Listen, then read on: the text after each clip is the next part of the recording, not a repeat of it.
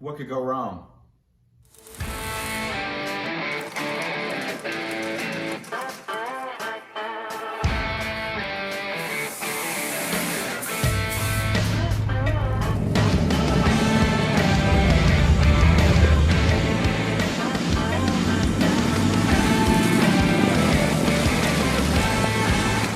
This old Ford Bronco has been kicking my butt lately. Let's see if I can duplicate what Ford did when they built this fender, and let's repair some rust. Don't go anywhere. We're fixing to have fun. All right, you guys haven't seen the Ford Bronco, the red one, 77 model, but you're fixing to see a lot more of it. This is one of the front fenders, and this is the one that is in the video that came from Alaska. And it has got hundreds of these patch panels all over it that you see right here.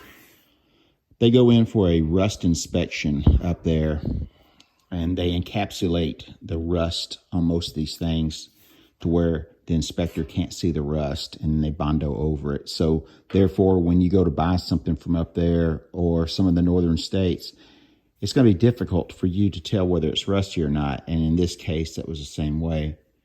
What appeared to be a unrestored vintage Bronco is basically just an encapsulated, completely rusted out vehicle. Anyway, what I'm showing you right here with a pencil is one of those sections. This is supposed to be solid. This piece right here is spot welded from behind, and it's supposed to be solid all the way down. They added this piece right here in the center where you can see that it's spot welded in. And they didn't even do a good job at this. This is just one of the ones that was very noticeable. So we're going to remake this piece, and we're going to install it to where it looks factory. This is about a $300 fender plus shipping, new, and they fit like garbage. Socks on a rooster. This is an OEM fender that needs some rust repair, and it is worth saving this fender versus fighting the aftermarket fender. So this isn't the only repair that this fender gets. It gets another one up front. So let's go ahead and start this off by making this panel and fixing this fender.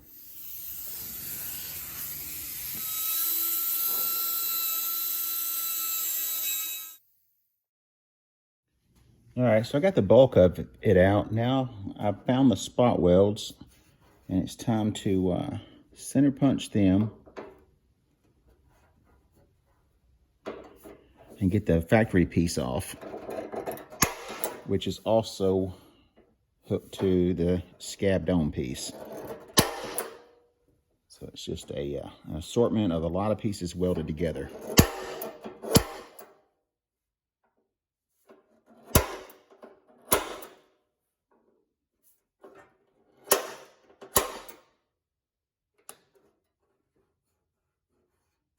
The tool that I'm using is just a center punch. I got it off Amazon.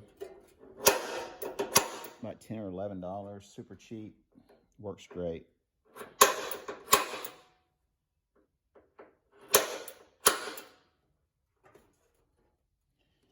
All right, I think I got most of those.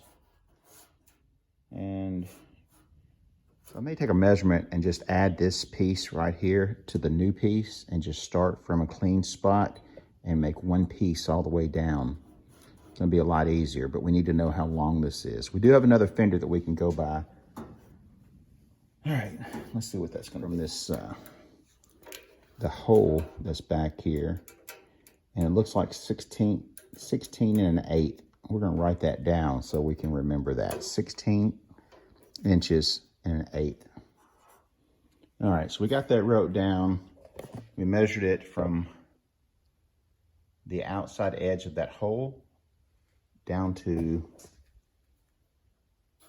right there. And now we put a mark there also, so we'll know that's where it ends. When we get ready, we'll have this piece that we can use to drill our hole with. The center section right here. Got 2 more spot welds to drill out, and then we should be good to go.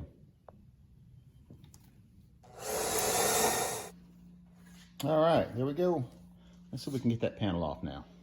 Scraper, putty knife, panel buster, whatever you want to call them. Get down in between the panels and knock the rest of the spot weld off. And then that's what comes off. So we got the original panel, what was left of it, and we got part of the panel that they scabbed onto it, and it left us a clean fender. So we're going to put these spot welds right back where they were. So now we got to get the rest of the piece that they put in off, and the rest of the factory piece, which is pretty much all rusted. And it's going to come off in pieces like this. All right, so to keep this upright, the old vise that you guys hate on me about so much, look at it. Got it clamped down. That's my third hand, maybe even fourth hand. You can see down in here where they had done the spot welds, or where they were welding that panel to the original panel. Those right there, your spot weld cutter is not gonna get. And that's keeping me from getting this rusty inside layer right here off. So I'm gonna have to do a little bit of grinding on those, and hopefully they didn't penetrate way up. Try to get that busted off and get this last 6 inches out of my way. When you're grinding, make sure that you use safety glasses, face mask. I'll put all that on in just a second. Gloves if you've got them. And your sparks, guys. The sparks, I don't do any grinding or welding after about 4 o'clock in the afternoon. And I'm out here till 5:30. I do that so that any of those embers and sparks that I missed smoldering somewhere won't start a fire.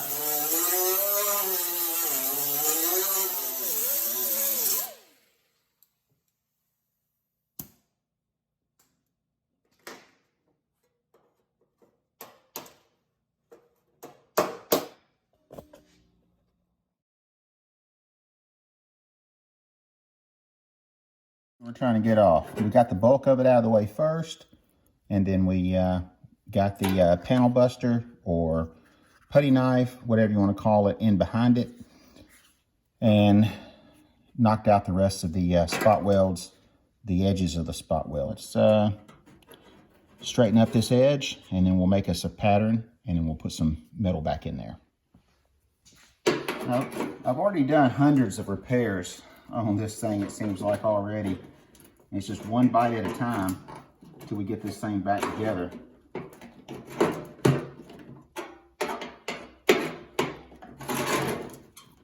The thing is, you're learning a new skill while you're doing it, if you've never done it before.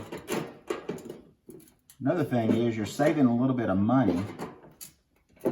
In most cases, your DIY guy has got more time than he's got money, or he just has a passion for it. One way or the other, either one of those is a good reason to do it yourself. Now, if you do have more money than time, yeah, there's a link with my phone number in there. Just kidding. I'm not looking for any business. But there's plenty of shops out there that are willing to do it for you if you don't want to do it yourself. But don't be mad, because those hot rod shops, even though it's a hot rod shop, is a business. They're in business to stay in business. So if it's a trustworthy shop, you're going to get good results, but it ain't going to be cheap. So don't whine about it. So either do it yourself, learn a new skill, take it to a professional, and pay a professional price. Hot rod shop ain't no different than that guy driving that fire truck. He's getting paid. He knows how to put out a fire. And his garden hose is bigger than yours. So don't get mad when you pay his salary in your taxes. All right, so we got this already worked out pretty good. We'll planish out these spot weld areas, and then we're ready to make a pattern. All right, so I went over to my scrap pile and I found a piece of sheet metal. It's just a little thicker than what the factory used. But that's okay. This is 20 gauge, and this measures to be like 21 gauge. That's big enough to get this piece out. This piece is in a wedge, so now I need to take this and spray some layout dye on it so that I can mark my bend lines. So let's do that. All right, so I sprayed both ends. No need to spray the entire piece. We only need the ends so we can line it up in the brake. So keeps the smell in the shop down and keeps our product in a can to where we can use it more. Each end of our panel that we're making is different. In other words, a little pie shape. Not quite pie shape, but 1/4 inch difference in height on one end, 1/2 inch difference on the other end. So, and then we've also are gonna bend this piece. We're gonna bend it all to look like this. Kind of a, let me get a little closer and show you. All right, this is what we're gonna bend on the whole panel. There's my bend lines. I've got them on both sides, or both ends, and then also have them on the back where they need to be bent on the back. So it's not all bent from the same side. All right, so I'm gonna try to do it on this 4-foot finger brake. It doesn't always give me the cleanest bends because you've got these fingers to deal with. But the other brake is an 8-foot brake, and I have to move some stuff to get over there to it. All right, let's lock it down.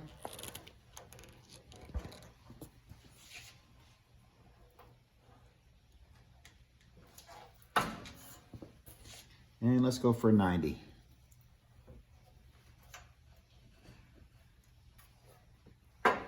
All right, looks to be pretty clean. And let's go double check this, and then we'll come back and bend the other side. All right, so here's the piece we just made. It looks like what I think the factory piece should look like. Not gonna drill any holes in it right yet because I wanna make sure it's in the right location before we drill mounting holes. But I've got it fitting pretty good.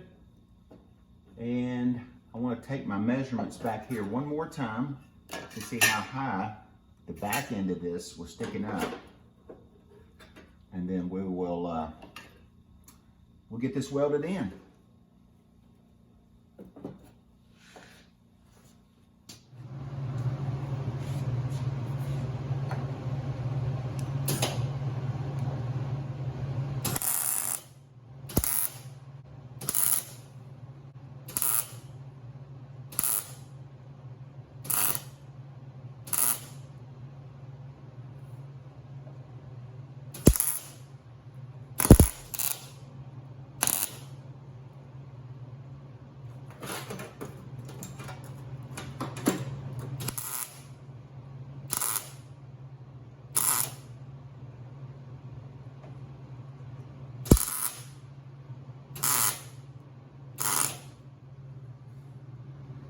All right, we got that piece tacked on. Lay the old piece up there right where it came off from. Go ahead and make my holes. Once again, here are the pieces that we took off. We made one piece to resemble what we feel like it looks like from the factory. And it should be good to go when we get finished with it. Got it welded in. Need to grind the welds, touch up a few things, and make it look like we've never been there. So let's see what's next.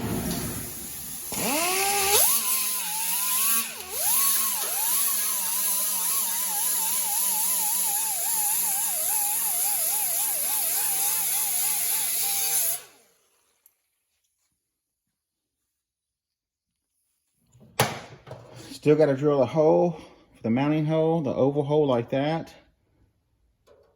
But that's all we got to do. Just a little bit of time, and about $10 worth of metal. And our fender is almost rust-free again. We've got one more spot that we've got to fix. And we just saved about 350 bucks plus shipping. And it's got the original fender on it. That's what it's all about. A little bit of touch up right there with the grinder, and drill this hole right there. Just a few more repairs to do on this old Bronco before the body comes off the chassis. It's ready to come off, and we got a lot to do when it does. So stick around, follow this old girl. Yep, another Bronco. What have I done? Anyway, keep watching the videos. If you ever get through, if you can get out in the garage and go build something. See you on the next episode.